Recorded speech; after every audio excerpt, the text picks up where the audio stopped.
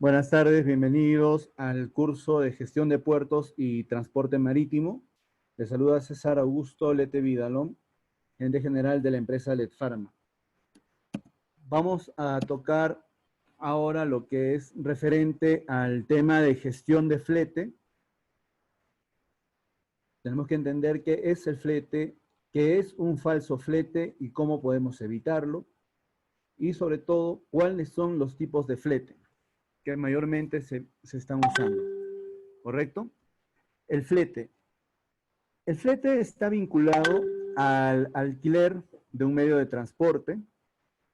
El término puede hacer referencia al precio del alquiler, a la carga que se transporta o al vehículo utilizado. ¿Correcto? Ahora, ¿qué es el falso flete y cómo podemos evitarlo? Se denomina falso flete al espacio sin ocupar que queda libre en el medio de transporte que lleva una carga. Por ejemplo, cuando la carga de un camión ocupa solo una parte de la capacidad total del mismo, se produce una disminución del rendimiento de la flota y a su vez genera un sobrecosto para el fletador. En especial, son los viajes de retorno que suelen causar un flete falso al dejar una parte de la capacidad de carga del camión sin ocupar. Esto ocurre principalmente cuando la estrategia logística es ineficiente y cuando se desconocen las necesidades de los clientes. Este espacio libre podría ser ocupado por la carga de otros clientes, logrando así una mejor logística y un mejor servicio. Pero ¿cómo podemos nosotros evitar el falso flete? Con un sistema de rastreo GPS es posible identificar si los vehículos están utilizando todo el espacio disponible en cada unidad y también saber cómo ese vehículo podría mejorar su rendimiento. Con esta tecnología, los administradores de flota tienen incluso acceso a diversas funciones y herramientas que les permiten no solo monitorear las unidades, sino también lograr una mejor organización de todas las tareas, haciendo que la operación en su totalidad sea más efectiva y diligente. ¿Okay? Vamos a conocer ahora cuáles son los tipos de flete. Tenemos el liner terms, el free in, el free out, el free in and out, free in out stow, free in out stow and trim, first launch secured, free in liner out, free in free out, ¿correcto? Bien. ¿A qué se refiere el liner terms? Es el flete que involucra a todas las fases del transporte marítimo, que es la carga en puerto de embarque, estiva, transporte, desestiva y descarga en puerto de destino. Este flete incluye el costo de manipuleo en los puertos de embarque y descarga, según la costumbre de esos puertos. Ahora, el término full liner terms significa que es liner in en el puerto de embarque y liner out en el puerto de descarga. Y por tanto, es sinónimo de liner terms, ¿correcto? Ahora, el free in es el flete que comprende el transporte, desestiva y descarga en el puerto de destino. Supone que el vendedor se hizo cargo de los gastos de carga y estiva en los puertos de embarque. El free out es el flete que comprende la carga en el puerto de embarque, estiva y transporte. Supone que el comprador se hace cargo de los gastos de desestiva y descarga en el puerto de destino. El free in and out significa que el usuario debe embarcar la carga y ponerla en la bodega del buque, así como de retirarla de la bodega y descargarla, libre de riesgo, responsabilidad y costo para el porteador. Este flete que comprende solo el transporte, pero no involucra la carga y estiva en el puerto de embarque, ni tampoco la desestiva y descarga en el puerto de destino. ¿Ok? El free in out stow es el flete que comprende el transporte y los gastos que origina la estiva a bordo, lo que significa que el usuario, además de embarcar la carga y ponerla en la bodega del buque y retirarla de la bodega y descargarla, debe estivarla y desestivarla en la bodega del buque, también libre de riesgo, responsabilidad y costo para el porteador. ¿Ok? En el Free In Out Stow and Stream es el flete igual al FIOS, pero sumándole los gastos por movimientos de la mercadería en bodega a fin de lograr el equilibrio necesario para el transporte. ¿Okay? El FIOS Launch Secured es una extensión del FIOS agregándole el trincado y asegurado de la carga para seguridad en la navegación. El Free In o Liner Out, FILO. Es posible asignar al usuario solo el coste de embarque o embarque estiva o embarque estiva trincado. FILO, Free In, Liner Out. ¿Correcto? En el caso de Free In o Free Out, es posible asignar al usuario solo el coste o el costo de descarga o descarga desestiva o también descarga desestiva destrincado. ¿Correcto? Bien. Ahora, ¿cómo se calcula el flete internacional? Acá tenemos la fórmula tanto para el cálculo del flete marítimo y el flete aéreo. En el caso del cálculo del flete marítimo, la regla más difundida para el cálculo del flete marítimo establece que las mercaderías abonarán las tarifas según sea su peso o volumen, en toneladas o metros cúbicos, y de ambos parámetros, el mayor o el que más flete genere. ¿Correcto?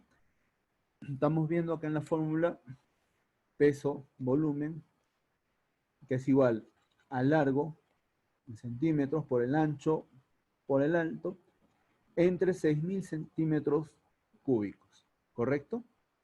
En el caso del transporte aéreo, el flete aéreo es el precio que se paga por el transporte de las mercancías por vía aérea y en aeronave desde un aeropuerto de origen hasta otro distinto de destino.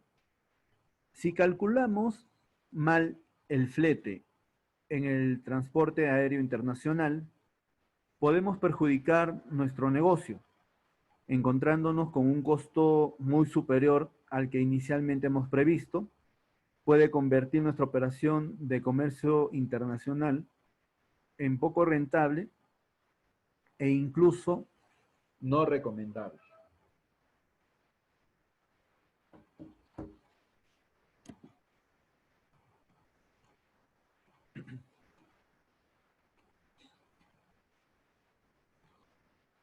En el caso del transporte aéreo, para el cálculo de la tarifa vemos la fórmula, que es largo por ancho por alto en centímetros sobre 6.000, que te da el volumen total en kilogramos, o también largo por ancho por alto en pulgadas sobre 366, que te da el volumen en kilogramos. Bien. Respecto a lo que es la gestión marítima, ¿por qué son importantes los puertos para el desarrollo? En muchos países en desarrollo, los puertos desempeñan un papel clave conectando el comercio internacional. El 90% del comercio internacional se canaliza a través de los puertos. Por lo tanto, la forma en que está organizado el sector marítimo tiene un profundo impacto en el volumen de comercio y transporte. Y por lo tanto, esto repercute en la competitividad de las empresas y el país. Para ser competitivo, es vital mantener y crear puestos de trabajo que a su vez favorecen el bienestar de las personas de forma directa. El comercio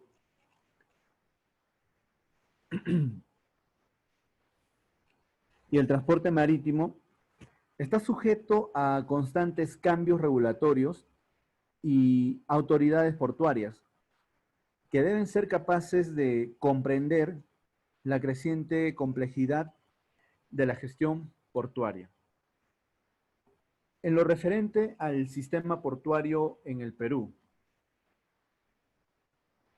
el sistema portuario nacional,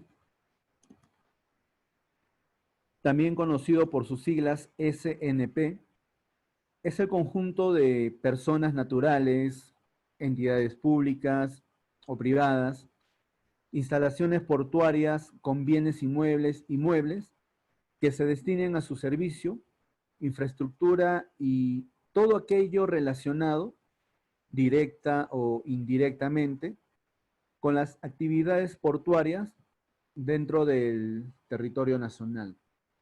¿Ok? Ahora, hay una empresa nacional que se encarga de la gestión de puertos, que viene a ser ENAPU.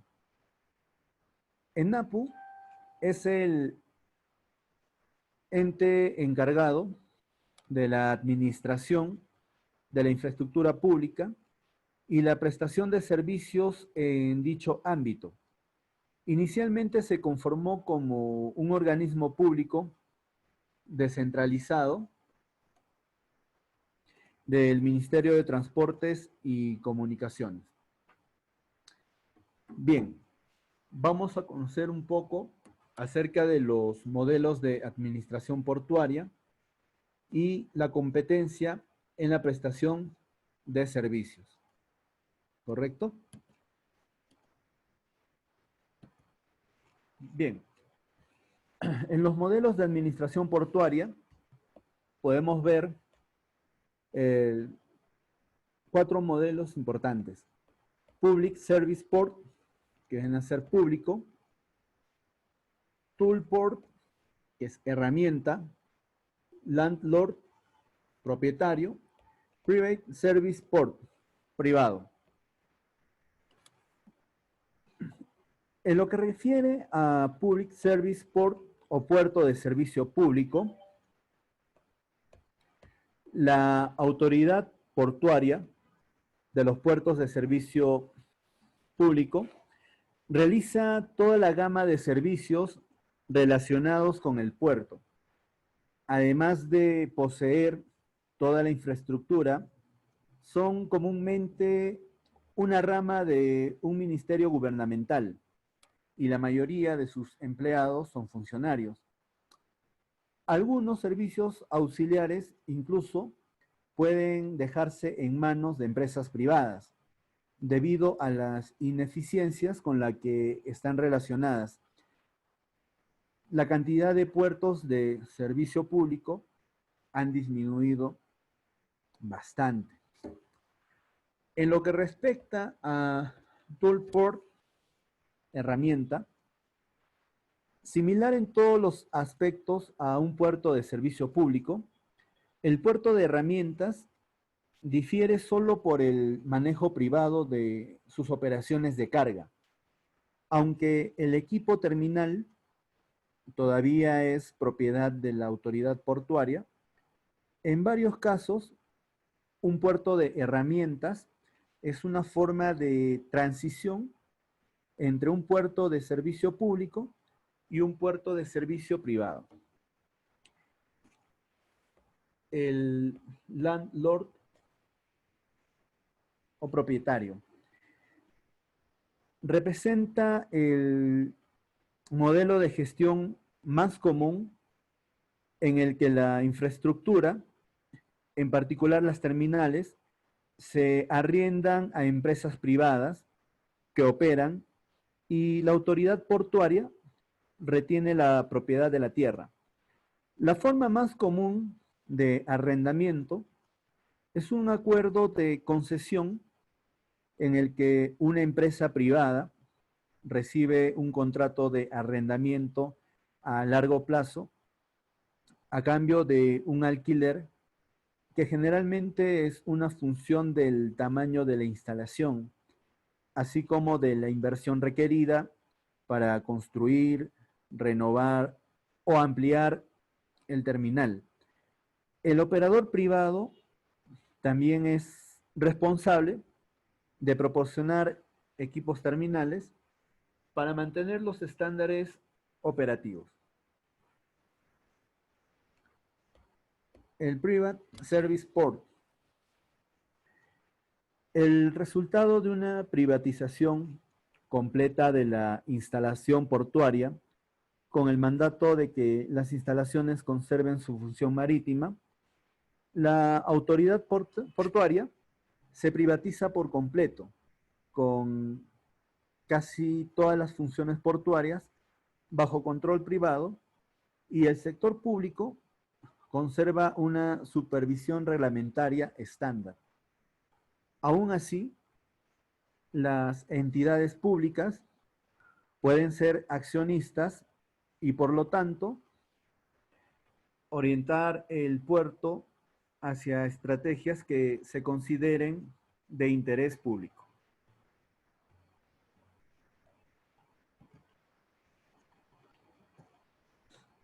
Bien, la competencia en la prestación de servicios. Tenemos tres tipos. Tenemos la competencia interportuaria, la competencia extraportuaria y la competencia intraterminal. La competencia interportuaria hace referencia a los puertos que compiten por la misma carga. El incremento de la rivalidad interportuaria, fruto de las mejoras introducidas en el sector de transporte, provoca que el volumen de tráfico de cada instalación pueda variar e insta a los gestores portuarios a desarrollar estrategias competitivas para potenciar el atractivo de sus respectivas instalaciones y sobre todo cumplir con sus objetivos. La competencia intraportuaria. La competencia intraportuaria es un concepto clave para la actividad portuaria y existen formas de estimarlo. Permite definir el tamaño de las terminales y, por tanto, el número de terminales en un recinto portuario. La competencia intraportuaria previene incluso el uso o abuso de posiciones dominantes y evita rentas monopólicas. ¿Ok? La competencia intraterminal. En el caso de la competencia intraterminal, se dice que compiten por proveer los mismos servicios al interior del mismo terminal.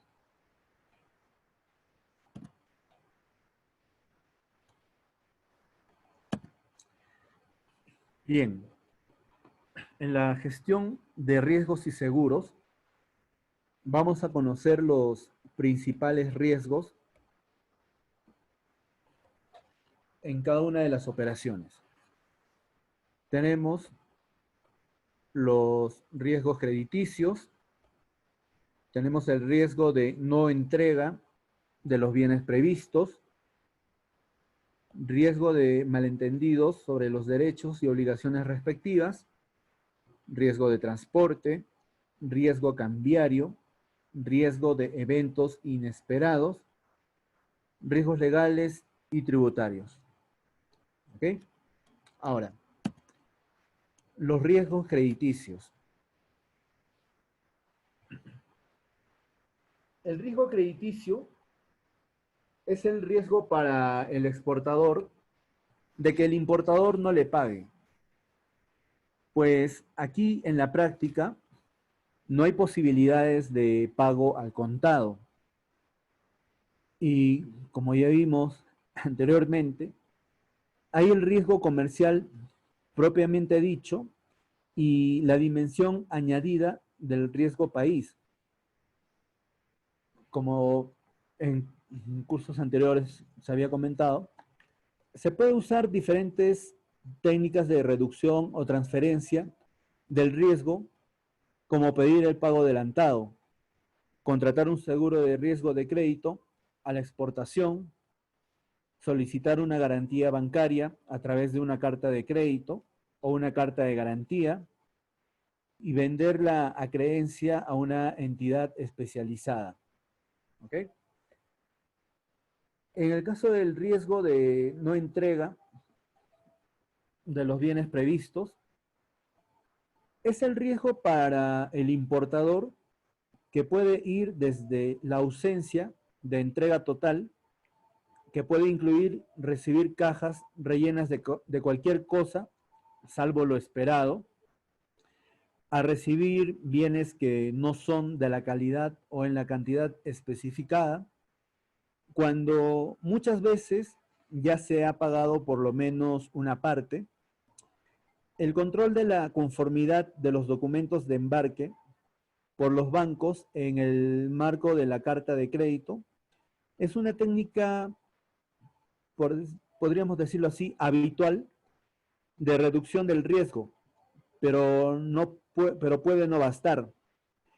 De ahí el éxito de las empresas certificadoras que conducen inspecciones de la mercancía.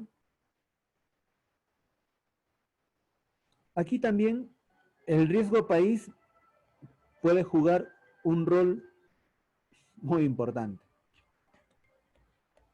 Riesgo de malos entendidos sobre los derechos y obligaciones respectivas. Este riesgo es muy frecuente al estar frente a frente operadores que a menudo no hablan el mismo idioma o que no dominan de manera similar el inglés. Estos señores pueden generar disputas interminables. De ahí la importancia de contratos muy bien redactados, y las cámaras de comercio ofrecen en general contratos tipo a sus miembros.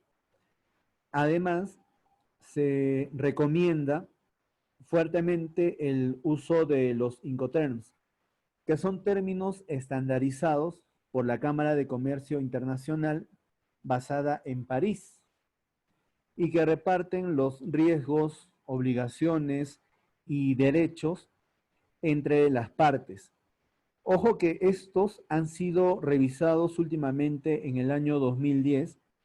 Incluyen términos muy conocidos como FOB, Free on Board, donde la transferencia de riesgo se hace en el buque de embarque y el importador asume los costos de transporte y seguro.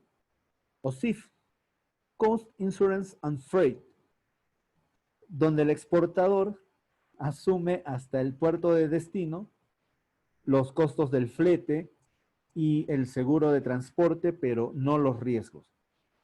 Pero existen también Incoterms, donde el riesgo lo conserva el exportador hasta el lugar de destino. ¿Okay?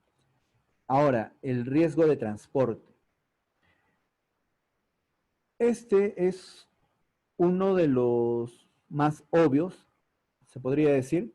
Trátese de camión, de avión, de embarcación marítima y o fluvial, de tren o de transporte multimodal, que combina varios de estos. En el comercio internacional, los riesgos de que los bienes intercambiados sufran daños o robo durante el transporte son mucho mayores, y no solo en la parte de larga distancia, también puede ser durante el transporte interno, por el uso de almacenes extraportuarios al interior del país de exportación o de importación. Para esto, no basta escoger bien a los transportistas y tener mucho cuidado con las cláusulas de contrato de transporte, incluyendo las relativas al empacado. Hay que contratar seguros. ¿Okay? Otro factor también es el riesgo cambiario. Tanto los exportadores como los importadores están expuestos a este riesgo que deriva de las fluctuaciones del tipo de cambio. A veces solo uno de los dos lo está, pero el uso frecuente del dólar americano como la moneda del contrato hace que a menudo ambos estén expuestos. Se recomienda usar productos de cobertura que cambiaría como forwards u otras opciones.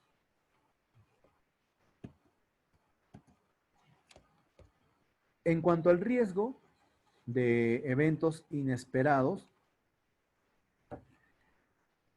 estos pueden tratarse de desastres naturales, huelgas y peores manifestaciones de conmoción social, terrorismo, súbita explosión de guerra civil o guerra externa. Pueden hacer la entrega imposible o encarecerla significativamente. Acá hay factores de riesgo país también. Los seguros, que son la mejor solución, no cubren necesariamente todos estos eventos. Incluso se suelen prever en los contratos en las llamadas cláusulas de fuerza mayor. Son el principal factor de generación del riesgo de fabricación, es decir, el de haber producido bienes para su venta en vano. Muchas agencias de crédito a la exportación cubren este riesgo mediante una póliza específica. ¿Okay? Ahora, los riesgos legales y tributarios. Las operaciones de comercio suelen encontrar como obstáculos una serie de impuestos y aranceles que deben pagarse a la salida y sobre todo a la entrada, que no siempre se conocen bien, así como requisitos tales como licencias o autorizaciones sanitarias no siempre transparentes. Las responsabilidades respectivas deben ser previstas en el contrato y pueden serlo en parte con el buen uso de los Incoterms y de las condiciones de la ejecución de las cartas de crédito. Ahora, otro riesgo es el de no conocer bien las disposiciones de embargo comercial que emiten ciertos países. Una sola escala en el lugar equivocado puede crear muchos problemas, pero también están los riesgos legales ligados a las leyes aplicables y jurisdicciones competentes. Aquí hay que tener mucho cuidado, pues no todos los países reconocen la aplicación de los usos y costumbres del comercio internacional y sus atribuciones, o perdón, sus tribunales son más o menos confiables, lo que forma parte del riesgo país. Por eso tienen tanto éxito las cláusulas de arbitraje internacional, aunque también pueden aceptarse órganos de arbitraje de países de reconocida trayectoria en este campo. Bien, los diferentes riesgos operacionales.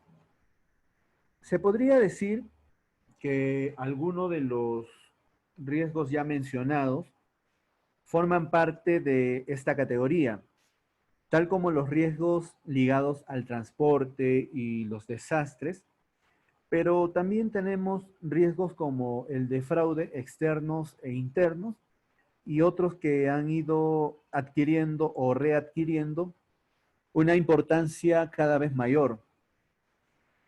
Las perturbaciones creadas por la piratería internacional, que afecta no solo a las aguas internacionales en algunos casos, corrupción de funcionarios que pueden crear trabas con este fin, el riesgo de que una de las partes esté siendo utilizada con esquemas o en esquemas de lavado de dinero mediante alguna complicidad interna o incluso el de ver sus envíos usados para transportar droga u otras sustancias ilícitas al mismo tiempo. Ahora, es cierto que hay empresas que participan voluntariamente en estas operaciones ilegales, hasta han sido creadas con ese fin, pero también hay casos de empresas víctimas de estas con complicidad de su personal o el de sus contrapartes. No son riesgos, ojo, fáciles de mitigar, ya que aquí se entra en el campo del buen cuidado, de la contratación de personal y de proveedores de servicio clave. El riesgo estratégico o de inversión. En este riesgo no se suele pensar mucho en realidad. Es que exportar o importar son decisiones estratégicas, aunque en el segundo caso a veces es inevitable. Y para hacerlo hay que prepararse bien, pues muchas veces ellas pueden significar dedicarles recursos muy importantes, no solo de contratación de personal adicional corriente, sino también de personal especializado e incluso invertir en ciertos equipos para aumentar capacidades de producción o en locales y personal en los países de destino o los de los proveedores claves. Ahora, malas decisiones o un grado de preparación insuficiente pueden crearle dificultades a una empresa, hasta incluso puede provocar su quiebra. Por ejemplo, si concentramos demasiadas exportaciones en un país con problemas recurrentes de inestabilidad jurídica, y peor si los tiene en el tema de la disposición de divisas con regímenes cambiarios caóticos, o concentrar demasiadas importaciones en países inestables políticamente con estallidos de violencia recurrentes, o lanzarse sin personal que entienda de comercio internacional o que por lo menos sepa usar bien la información brindada, por las cámaras de comercio y ministerios promotores, este riesgo puede ser mitigado por un reconocimiento de las propias limitaciones y la búsqueda de asistencia técnica que suelen brindar entidades gremiales y organismos estatales especializados, o incluso el uso de empresas de trading internacional altamente especializadas. Como ven, en el comercio internacional, los riesgos no faltan, pero prácticamente todos son mitigables, aunque algunos no lo sean fácilmente, lo que es inevitable, y muchas de las técnicas de mitigación fueron incluso creadas desde la antigüedad, cuando el comercio internacional ya era intenso y mucho más arriesgado. Bien, ahora, antes de finalizar, vamos a ver los 5 riesgos que justifican contratar un seguro para el comercio exterior. Vamos a ver los riesgos comerciales, riesgo país, riesgo de cambio, riesgo de transporte, riesgos extraordinarios. Las operaciones de las empresas de comercio exterior se ven sometidas a una variada lista de factores fuera de su control. Ahora, esos riesgos pueden ser trasladados a un tercero mediante los contratos de seguro. Pero, ¿qué clase de riesgos existen en comercio exterior? Bien, los riesgos comerciales. Esta clase de riesgos predominantes, cuando hablamos de comercio exterior, se ven reforzados al cruzar fronteras por la dificultad para obtener suficiente información en el momento adecuado, así como por los conflictos entre diferentes normas legales y culturas de negocio. Aquí entrarían el riesgo de resolución unilateral de contrato, el riesgo de no conformidad, el riesgo por insolvencia, impago y el riesgo por fraude. ¿Ok? En el riesgo país, este concepto designa al conjunto de riesgos derivados de la situación política y económica del país con el que se comercia. Es decir, no tanto en el socio comercial como en su país de residencia. Así, puede ocurrir que una de las partes se vea imposibilitada por su gobierno para cumplir con las obligaciones contraídas, riesgo soberano, que un cambio regulatorio repentino o una decisión arbitraria de las autoridades derive en la expropiación o la ilegalización de la empresa extranjera, que vendría a ser un riesgo regulatorio, o que el Estado no puede hacer frente a sus deudas por carecer de divisas, riesgo de transferencia. ¿Ok? Además, las políticas comerciales de algunas naciones pueden bien causar restricciones temporales que pongan en riesgo las operaciones en curso, bien sumergirse permanentemente en el proteccionismo como consecuencia de cambios políticos. ¿Ok? El riesgo de cambio. En el riesgo de cambio, la variabilidad del precio de las divisas afectadas por la volatilidad de las variaciones del PBI, la oferta y la demanda o los movimientos especulativos, estas pueden afectar negativamente a este tipo de comercio, que implica transacciones en monedas ajenas a la de una de las partes y que además se ven afectadas por retrasos entre la entrega y el pago de las mercancías. Retrasos que pueden traducirse por la mencionada variabilidad de las divisas en pérdidas o ganancias inesperadas. El riesgo de transporte. Las enormes distancias que tienen que recorrer las mercancías en este mundo globalizado y los múltiples medios de transporte necesarios en ese proceso no hacen sino aumentar las probabilidades de que éstas terminen extraviándose o deteriorándose.